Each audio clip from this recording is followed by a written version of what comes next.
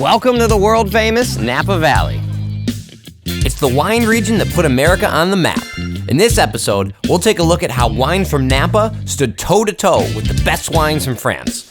We'll talk about why your Cabernet Sauvignon may have some secrets behind the label and how it's related to another Sauvignon, Sauvignon Blanc. Winemaker Sarah of Elizabeth Spencer Wines takes us behind the scenes of the winemaking process.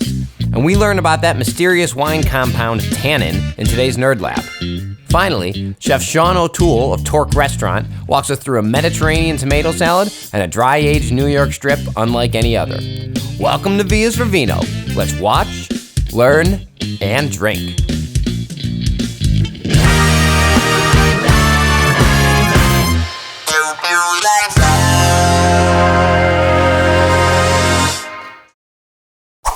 Get the wine, full episodes, and more at visforvino.com.